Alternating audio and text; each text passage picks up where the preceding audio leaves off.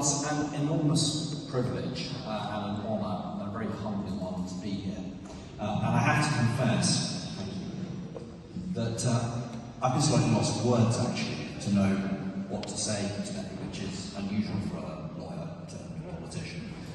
Usually they know plenty of things to say.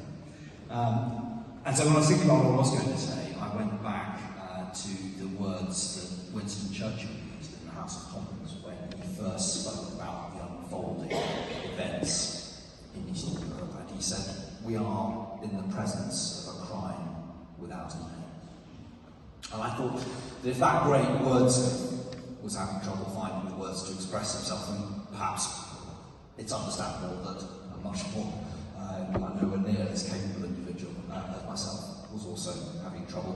But as I walked around, of course I realised, as perhaps we've all realised, that instead of a shadowy horror, you start seeing detail, and the details particularly are, of course, people. And whilst the crime at that time didn't have a name, behind the crime is, of course, names. And there were two names in particular that I noticed at Auschwitz that I would like to share with you. And the first of them is Aloshi Yanas, who was a lawyer in his 40s. And on the other side of the corridor was a lady called Yadwiga Kluger, who was a music teacher in her 40s. Well, I'm a lawyer in his 40s. My wife's a music therapist in her 40s. And that suitcase that you'll all remember from that terrible pile of suitcases, 1937, the child would have been 6 or 7 at the time. He died. He's the same age as my son.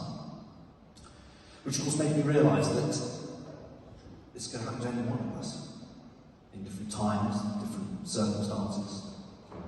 It could be any one of us who would be one of those names behind the crime. And I was reminded of Primo Levi's great words. It happened once, therefore it could happen again.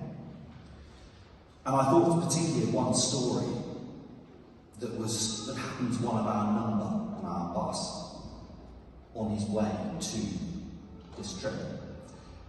He was in a taxi, and the taxi driver asked where he was going, and he explained. He was going to Poland to explore events around the Holocaust, and the taxi driver said, do you believe all that then? Do you think it really happened? But how can you question that when you've stood in the museum at Auschwitz and you've seen those children's drawings on the wall? How can you ask that question when you've stood in a wood where the Nazis killed 800 children? How can you ask that question when you've stood in a gas chamber? How can you ask that question when you've stood in a synagogue that now has in a town with no Jewish community? And how can you ask that question when you've heard the testimony of our wonderful survivors? And it's for that reason it's so important that we come here. We've seen terrible scenes of unparalleled barbarity and inhumanity in every sense of the word.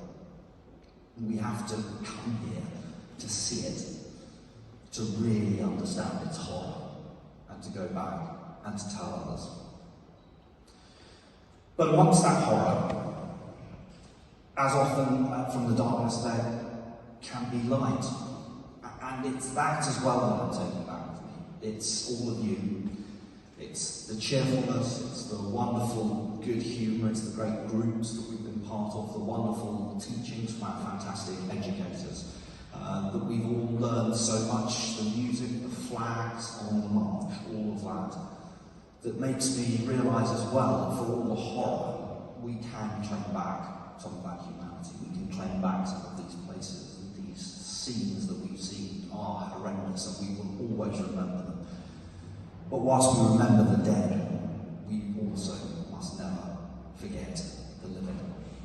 And it's looking forward and working for the living that I really will be taking away from this today and always for the rest of my life.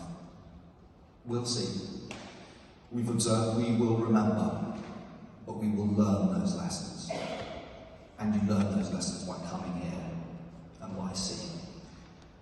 And if I may, just by quoting the words that you all know, of course, from Elaine Wiesel, that we have to have seen and to bear testimony. We've done that, and I know we will continue to do it.